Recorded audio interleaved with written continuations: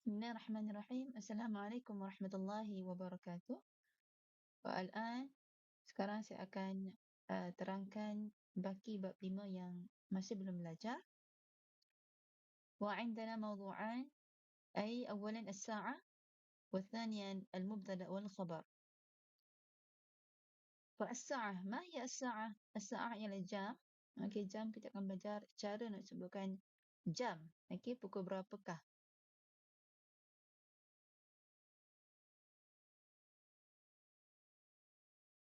Untuk tanyakan pukul berapakah sekarang, kita akan gunakan kam as-sa'ah al-an. Kam as-sa'ah al-an. Pukul berapakah sekarang? Atau kalau kamu nak sambungan terus pun boleh. Jadi kam as-sa'atul an.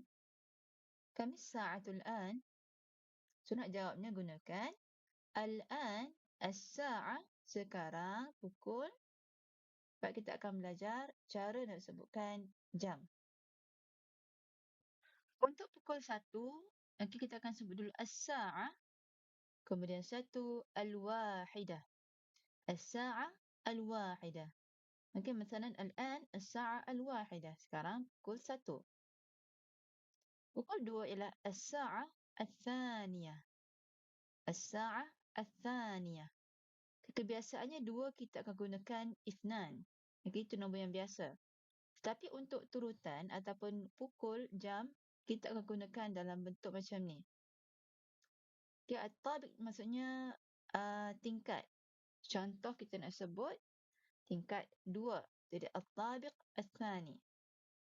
At-tabiq al-thani. Kat sini dia letak marbutah sebab sebelum dia as-sa'ah. Okey, jadi untuk turutan ataupun jam, kita akan gunakan bentuk nombor seperti ini. Baik. Pukul 3 ialah as-sa'ah al-thalithah. As-sa'ah al-thalithah. Kemudian pukul 4 as-sa'ah al-rabi'ah. As-sa'ah al-rabi'ah. Pukul 5 as-sa'ah al-khamisah. As-sa'ah al-khamisah. Pukul 6 as-sa'ah as-sadisah. As-sa'ah as-sadisah. Kebiasaan 6 ialah sitah kan?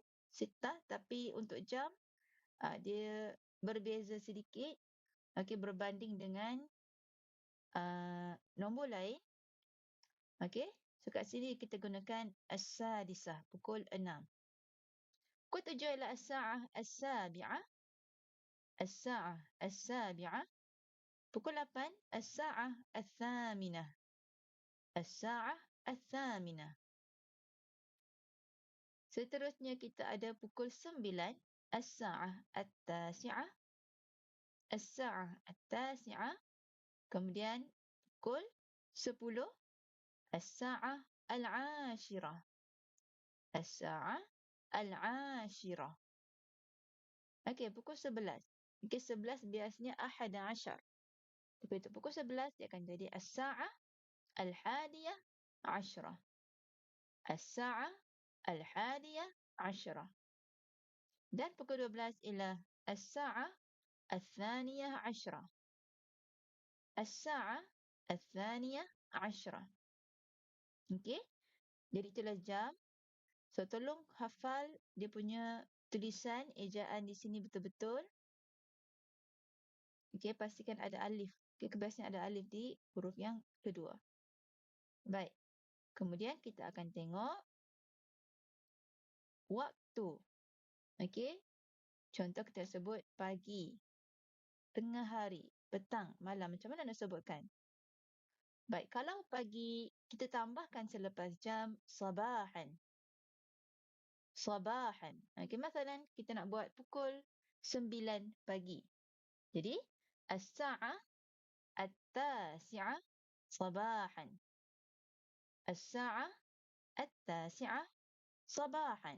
Pukul 9 pagi. Kemudian kalau tengah hari, kita tambahkan selepas jam perkataan zuhran. Zuhran. Okey, masalah kita nak buat pukul 12 tengah hari. Jadi, al-an as-sa'ah الثانية عشرة ظهرا. الآن الساعة الثانية عشرة ظهرا. Kalau petang, kita tambahkan di belakang dia masaan. Masaan. Okey? Kita nak buat pukul 3 petang. Okey, jadi as-sa'ah al-thalithah masaan. As-sa'ah al-thalithah masaan. Dan yang terakhir, kalau malam, kita tambahkan di hujungnya perkataan lailan. Lailan. Okey, contoh pukul 10 malam.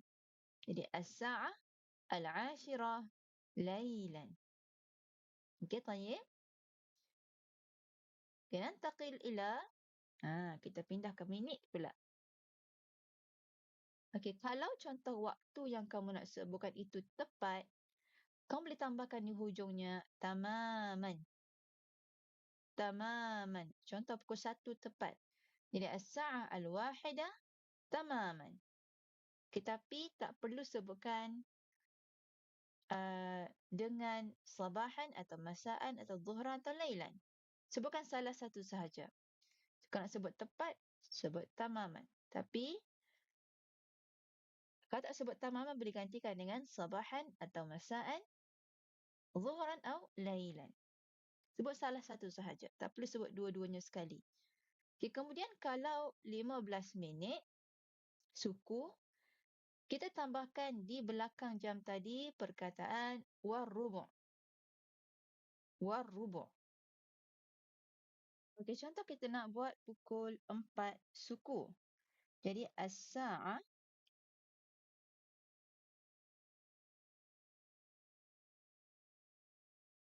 ar-rabi'ah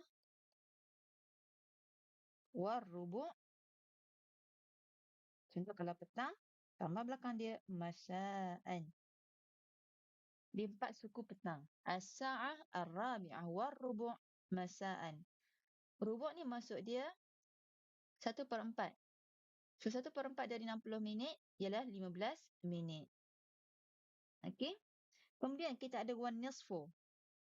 Wan nisfu bermakna setengah. Wan nisfu bermakna setengah. Okey, contoh kita nak buat pukul 5:30. Okey, 5:30. Jadi as-sa'ah al-khamisah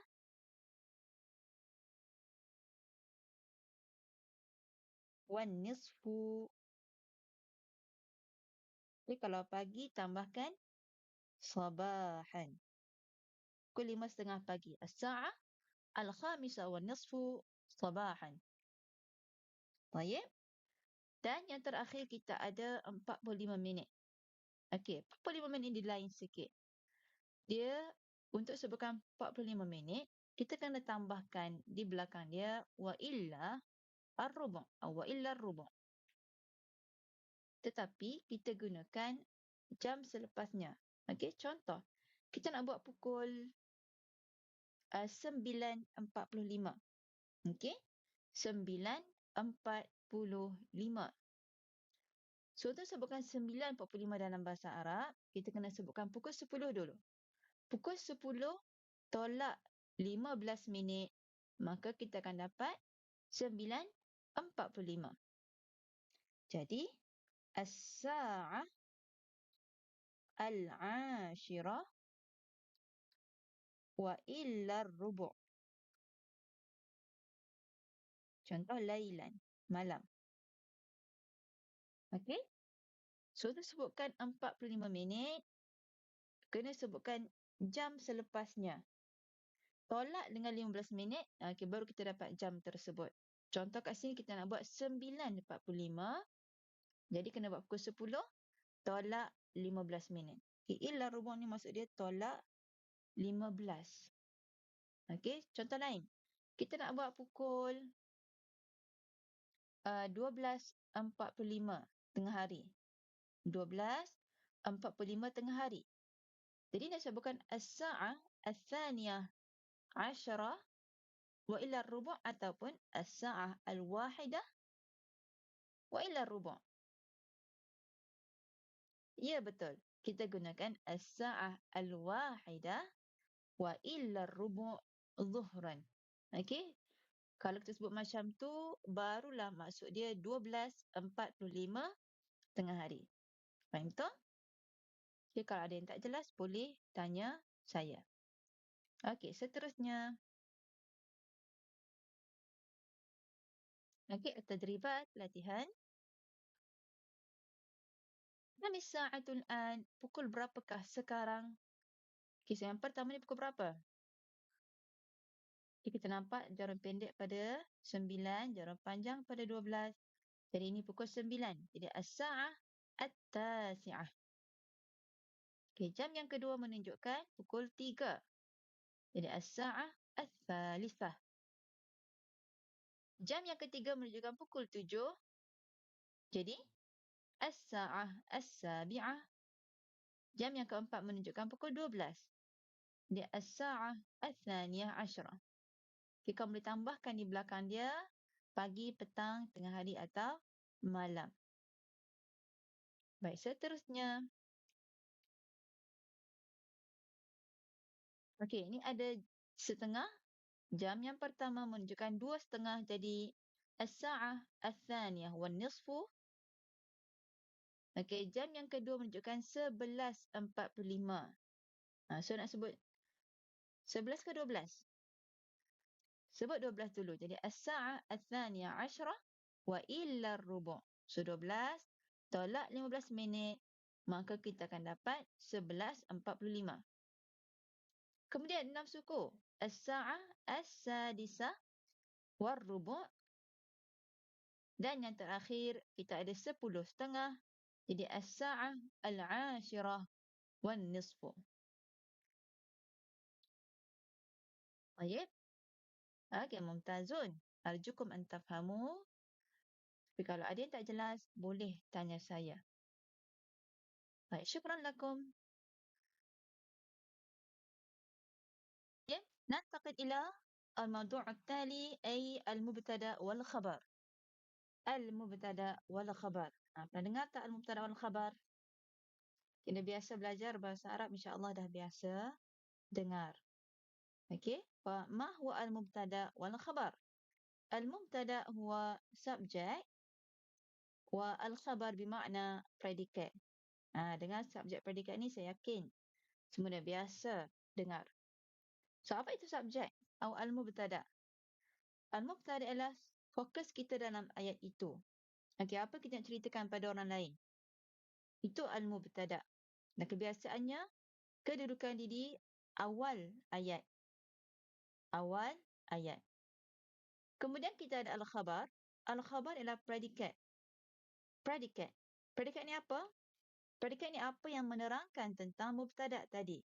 Kita nak khabarkan apa tentang mubtada' tadi. Kira dia ialah pelengkap ayat.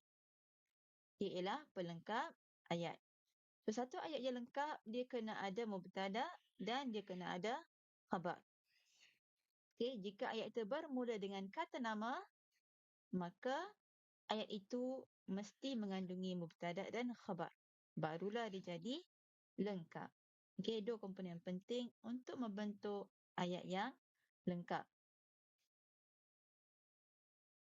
Baik, kita lihat contoh supaya lebih jelas.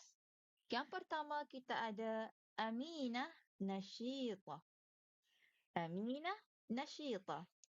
Aminah seorang yang rajin. Okey. So, yang mana mubtada' dia? Dan yang mana khabar? Ahsantum. Okey, Aminah di sini ialah mubtada'. Subjek kita. Fokus kita dalam ayat ini. Kita nak ceritakan tentang Aminah. Okey. Tapi bila sebut Aminah, adakah sudah lengkap? Belum. Kita kena tambahkan lagi dengan pelengkap ayat. So, kat sini kita nak ceritakan ke orang bahawa Aminah seorang yang rajin. Jadi, nasyitah di sini ialah khabar. So, bila ada dua mubtada' dan khabar, barulah ayat ini menjadi lengkap. Okey, Aminah nasyitah. Baik, seterusnya kita ada al-usrah sa'idah. Al-usrah Sa'idah, keluarga itu bahagia. Keluarga itu bahagia. Okey? So, yang mana mubtada dan khabar? Ahsantum. So, al-usrah ialah mubtada dan sa'idah ialah khabar. So, kita nak ceritakan tentang keluarga itu. Kenapa dengan keluarga itu? Okey ke tidak? Keluarga itu bahagia. Oh, barulah dapat difahami. Okey? Jadi al-usrah ialah mubtada dan sa'idah ialah khabar. Contoh yang ketiga, kita ada abi muallim. Abi muallim. Ayah saya seorang guru. Okey? So, abi di sini ialah mubtada. Kita punya fokus ayat kita. Dan apa kita nak ceritakan tentang abi, apa kita nak khabarkan tentang ayah saya, kita nak beritahu bahawa dia seorang guru. Jadi, muallim. Abi muallim. Okey? Jadi, kalau kamu perasan, perkataan yang jadi mubtada tadi semua dalam bentuk khusus. Okey, sama ada dia kata ganti nama ataupun macam ni dia dalam bentuk idhafah. Okey, ada penambahan kata ganti nama, ya ni pada kata nama. Atau dia ada alif dan lam. Keluarga itu. Atau nama orang. Okey? So, mubtada dia kena jadi dalam bentuk khusus. Kalau tak, keadaan dia akan berbeza. Okey? So, yang tu nanti kamu belajar dalam tahap 3 insya-Allah. Dan lagi satu, khabar ini tak semestinya satu perkataan macam ni saja. Dia boleh jadi dalam bentuk ayat. Kita bagi dia khabar jumlah. Yang kamu belajar ni khabar mufrad. Kemudian kita ada khabar syibhul jumlah. Di mana ada huruf jar dan isim majrur. Contoh, fi. Fi al-madrasah. Aminah fi al-madrasah. Ataupun dia terdiri daripada zaraf. Amama. Misalnya Aminah amama al-madrasah. Okey? Tapi yang tu kamu tak belajar lagi. Kamu akan belajar dalam tahap 3 nanti insya-Allah. So, cukup kamu faham ini sahaja. Satu ayat lengkap kena ada mubtada dan khabar. So, apa yang fokus kita tu dia akan jadi mubtada dan pelengkap ayat itu akan jadi khabar. Okey?